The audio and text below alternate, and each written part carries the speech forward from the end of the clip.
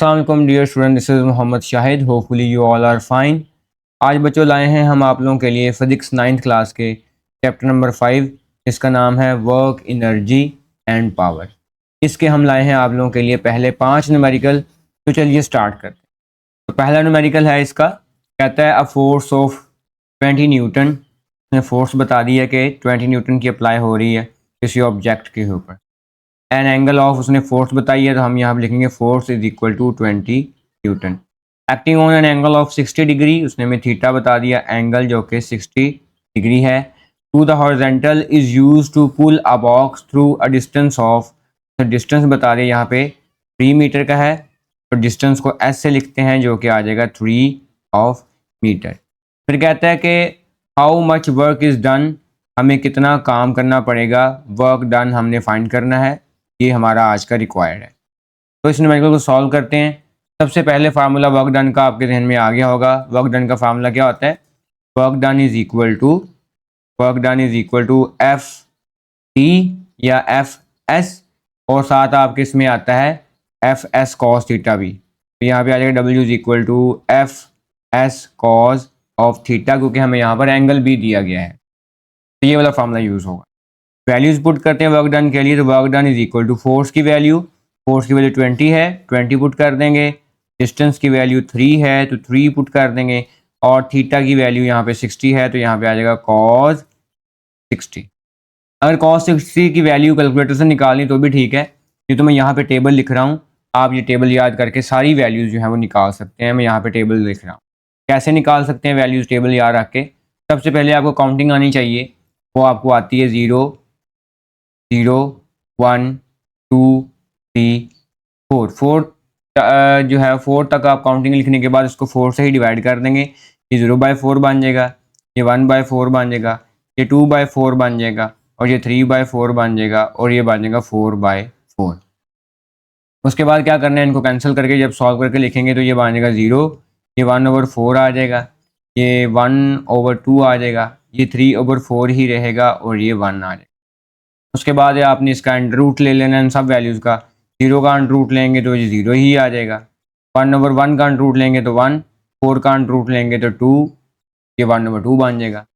1 का under root लेंगे 1 ही रहेगा, 2 का अंडर रूट लेंगे तो ये बन जाएगा √2, 3 का अंडर रूट लेंगे 3 ही रहेगा, 4 का अंडर रूट लेंगे तो ये आ जाएगा 2, ये ऊपर अंडर रूट 3 का रहेगा, और 1 का अंडर रूट 1 ही होगा। ये सारी वैल्यूज़ इसमें लिख लो कि ये 0 है, ये 30 डिग्री है, ये 45 डिग्री है, ये 60 डिग्री है, और ये है 190 डिग्री।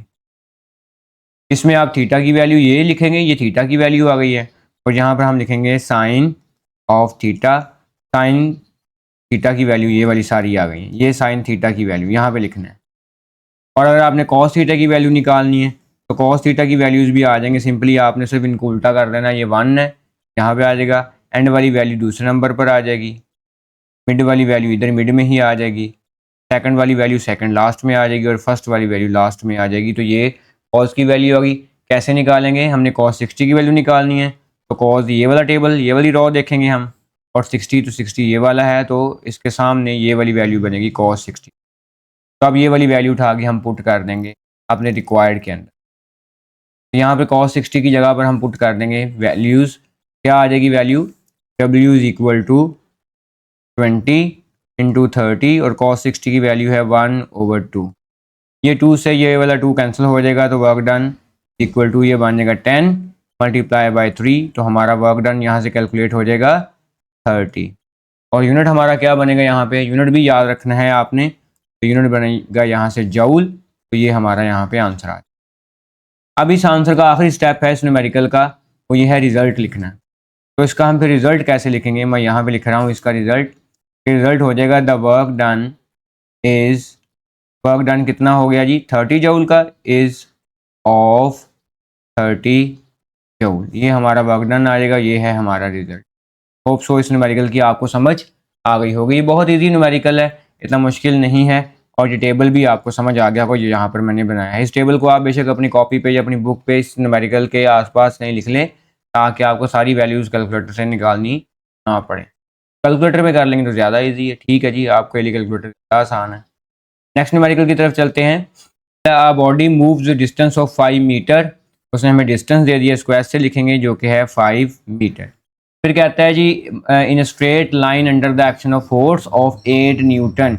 अगर न्यूटन पूरा लिखना है आपने, स्पेलिंग तो स्मॉल एन आएगा, ये याद रखना है आपने। और अगर आपने खाली उसका वर्ड फर्स्ट लेटर लिखना है तो फिर ये आ जाएगा 8 और न्यूटन आ जाएगा कैपिटल एन के साथ। इसने उसका हमें फोर्स बताई है तो फोर्स यहाँ पे आ जाएगी यहाँ पे 8 न्यूटन। तो कहता है if the work done is 20 joule, उसने वर्क डन बता दिया कि अगर 20 जाउल हो तो क्या करना है जी, फाइंड द एंगल। हमने यहाँ से एंगल फाइंड करना है किस किस के दरमियान, जो फोर्स और डिस्टेंस के दरमियान, डायरेक्शन ऑफ मोशन मतलब डिस्टेंस।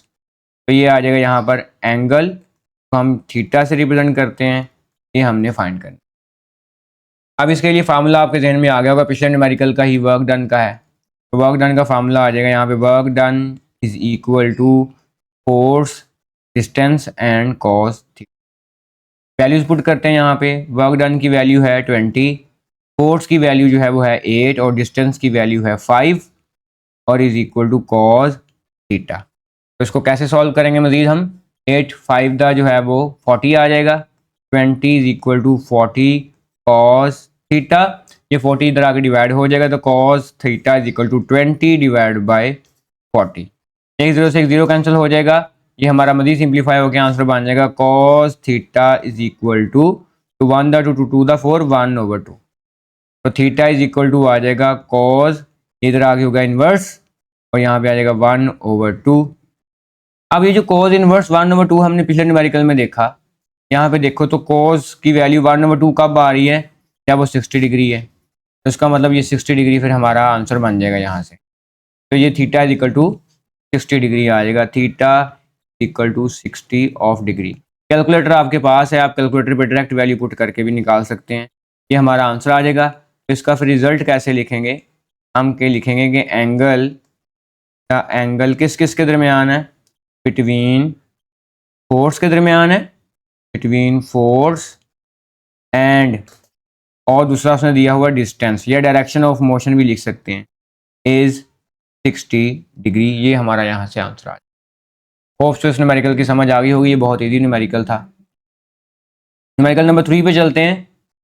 कहता है an engine raises 100 kilogram of water, ये उसने मैस बताया किलोग्राम में, तो हम यहाँ पे लिखेंगे ये मैस है, मैस को एम से रिप्रेजेंट करते हैं और ये है 100 ऑफ किलोग्राम।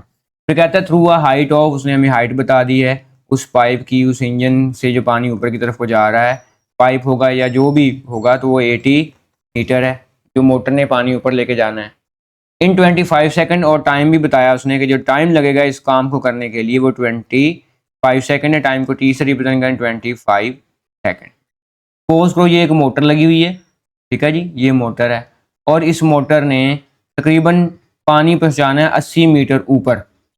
यहाँ पे कोई सपोज जो है वो टैंक रखा हुआ होगा, वाटर टैंक होगा, और ये सारा काम जो है यहाँ से यहाँ पानी ले जाने का ये सिर्फ 25 सेकंड में हो रहा है, ठीक है जी। और पानी कितना लेके जाना है हमें इस टैंक में, हमने 100 kg पानी इसमें डालना है टैंक में।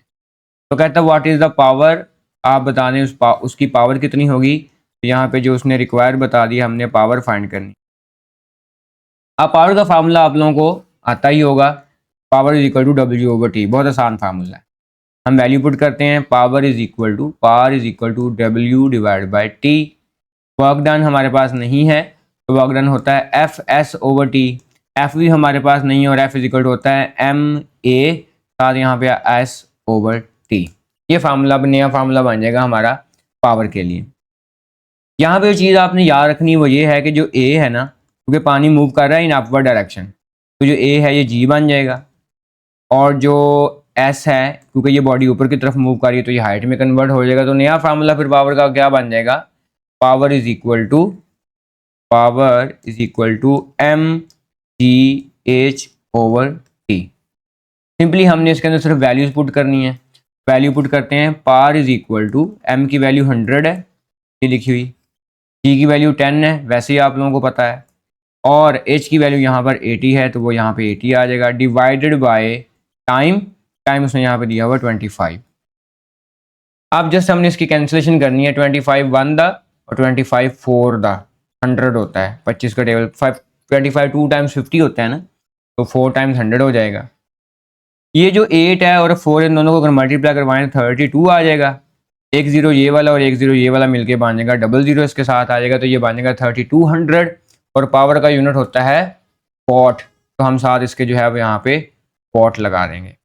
इसका रिजल्ट क्या बन जाएगा, फिर कैसे लिखेंगे रिजल्ट इसका, आप इमेजिन करें खुद से, हो जाना चाहिए वैसे इतना मुश्किल नहीं। तो ये बन जाएगा द पावर इज 3200 वॉट, ये हमारा आंसर बन। न्यूमेरिकल बहुत ज़्यादा आसान है फिजिक्स में, बस ये है कि थोड़ा सा आप ज़रा स्लो स्लो चलें, तो रिदम रिदम में आपको न्यूमेरिकल सारे सॉल्व हो जाते हैं आपके रिदम के अंदर ही। नेक्स्ट न्यूमेरिकल है 5.4, चौथा numerical. A body of mass 20 kg is at rest. Rest में है एक बॉडी, ये न्यूमेरिकल इंपॉर्टेंट भी है, इसको आपने ध्यान से देखना है जी। कहते हैं अ बॉडी ऑफ मास, उसने मास दे दिया हमें, मास है 20 kg, is at rest, rest में है, तो याद रखना है आपने, आपको हिंट मिल गया, उसकी जो इनिशियल वेलोसिटी होगी ना वो जीरो होगी, ये एक हिंट दे दिया उसने हमें। आप 40 न्यूटन फोर्स बता दी है जी, 40 न्यूटन की उसके ऊपर लग रही है ऑन इट फॉर 5 सेकेंड, और टाइम भी बता दिया कि वो जो टाइम है ना वो 5 सेकेंड है। फिर कहता है व्हाट इज इस kinetic energy at the end of this time, और आप बताएं कि 5 सेकेंड के बाद उस ऑब्जेक्ट की काइनेटिक एनर्जी कितनी होती। ये हमारा यहाँ पे डाटा आ गया, इसको सॉल्व करते हैं। कहता है जी काइनेटिक एनर्जी फाइंड करें, तो काइनेटिक एनर्जी का फार्मूला आपके जहन में बिल्कुल होना चाहिए, ये लॉन्ग क्वेश्चन भी है, इंपॉर्टेंट है। तो फार्मूला आता है 1/2 mv²। जिन बच्चों ने गेस कर लिया था उनको तो वेरी गुड, शाबाश है जी उनके लिए, जिन्होंने नहीं किया उनके लिए भी शाबाश है, चलो वीडियो को तो देख रहे हैं। तो नेक्स्ट है जी हम काइनेटिक एनर्जी की फार्मूले में देखें तो मैथ हमारे पास यहाँ पे है 20, स्पीड यहाँ पे नहीं है, स्पीड यहाँ पे नहीं है, तो पहले हमें ना इसकी वेलोसिटी फाइंड करनी। तो वेलोसिटी फाइंड करने के लिए एक फार्मूला है F is equal to M A. तो चूंकि हमें यहाँ से वेलोसिटी फाइंड करनी है तो फार्मूला हो जाएगा F is equal to M, acceleration की जगह पे v/t भी आ सकता है। ये जो t है ये तो जाकर मल्टीप्लाई हो जाएगा, ये बन जाएगा F cross t is equal to m, और ये आ जाएगा v। हमें v फाइंड करना है, हमें तो जाकर डिवाइड हो जाएगा, तो ये फार्मूला बन जाएगा v is equal to F cross t over m। शाबाश जी। तो v is equal to force की वैल्यू 40 है, क्रॉस टाइम की वैल्यू यहाँ पर जो है वो उसने दी हमें 5 सेकेंड, डिवाइडेड बाय जो मैथ है, मैथ की वैल्यू उसने यहाँ पे दी है 20, तो 20 पुट कर दें, तो v इज इक्वल टू यहाँ पर आ जाएगा, क्या आ जाएगा यहाँ पर 40 मल्टीप्लाई बाय 5, या 5 1 द 5, 5 4 द 20, तो 4 1 द 4, 4 10 द 40। ये तो बहुत ईजी है, ये तो 10 मीटर पर सेकंड हमारा आंसर आ गया। तो यहाँ से हमने वेलोसिटी फाइंड कर ली। अब जब वेलोसिटी फाइंड होगी तो अब आएंगे इस वेलोसिटी को पुट करेंगे इस फार्मूले में, और यहाँ से हमें काइनेटिक एनर्जी मिल जाएगी। क्या बन जाएगा जी हमारा फार्मूला, kinetic energy is equal to 1/2 m और v का स्क्वायर। तो वैल्यू पुट कर दे 1/2, मैथ कितना यहाँ पे दिया हुआ है उसने हमें, मैथ 20 kg, तो यहाँ पे हम 20 पुट कर देंगे, और v की वैल्यू कितनी निकाली 10 का स्क्वायर। मजीद इसको सिंप्लीफाई करें तो क्या हो जाएगा, kinetic energy is equal to 2 को इससे कैसे करेंगे खत्म, तो ये 10 आ जाएगा, और 10 का स्क्वायर जो है वो 100 होता है। तो अब आपको पता चल जाना चाहिए इसका क्या आंसर बनना चाहिए। 10 को जब 100 से मल्टीप्लाई करवाएंगे तो ये बन जाएगा 1000, और ये एनर्जी कोई भी हो उसका यूनिट होता है जूल, तो ये बन जाएगा 1000 जूल। इसका अगर हम रिजल्ट लिखें, ये तो हमारा आंसर आ गया, रिजल्ट लिखेंगे तो हम कहेंगे द काइनेटिक एनर्जी इज कितनी है जी 1000 ऑफ जूल। ये हमारा यहाँ से आंसर आ जाएगा। होप सो इस न्यूमेरिकल की आपको समझ आ गई होगी, नहीं समझ आई तो बेटा कमेंट सेक्शन में किसी भी स्टेप को पूछ सकते हैं, या वीडियो को रिवाइंड कर लें तब भी आपको समझ आ जाएगी।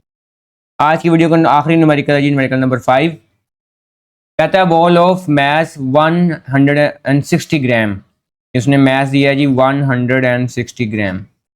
अब मैथ का जो स्टैंडर्ड यूनिट है वो आपको पता है कितना होता है, वो किलोग्राम होता है।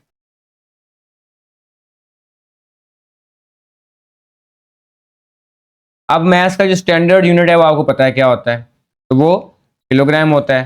तो 1000 से डिवाइड करेंगे तो ये बनेगा 160 डिवाइड बाय 1000, एक जीरो से एक जीरो कैंसिल, तो ये बनेगा 16 डिवाइड बाय 100, या इसको लिख सकते हैं 0.016 किलोग्राम, ये मैथ्स आ गया। फिर कहता है वर्टिकली अपवर्ड, हम इसको ऊपर की तरफ को लेके जा रहे हैं, ये उसने वर्टिकली अपवर्ड हमें हिंट दे दिया है। The ball reaches a height of, उसने हमें हाइट बता दी है, जिस हाइट पर पहुंच रहा है वो है 20 of metre. Find the potential energy gained by the ball, हमने सिर्फ और सिर्फ उसकी पोटेंशियल एनर्जी निकालनी है कि वो बॉल कितनी पोटेंशियल एनर्जी उसके पास है जब वो हाइट पे पहुंचता है, कितनी पे, 20 मीटर पे। सॉल्व करते हैं इसका। पोटेंशियल एनर्जी का फार्मूला आपके जहन में होना चाहिए, अभी हमने ऊपर सॉल्व भी किया उसको, वर्क डन पावर वाले फार्मूले में mgh, वैल्यू पुट कर दो, P dot E potential energy is equal to, इसको आप ऐसे भी लिख सकते हैं एनर्जी और साथ छोटा सा P डाल दें, पोटेंशियल एनर्जी। मैथ्स की वैल्यू पुट करें, यहाँ पर मैथ्स उसने हमें दिया है 16/100। ये मैंने ऐसा क्यों किया अभी आपको लग जाएगा। जी की वैल्यू पुट करें जो कि 10 होती है, और एच की वैल्यू पुट करें जो कि है 20।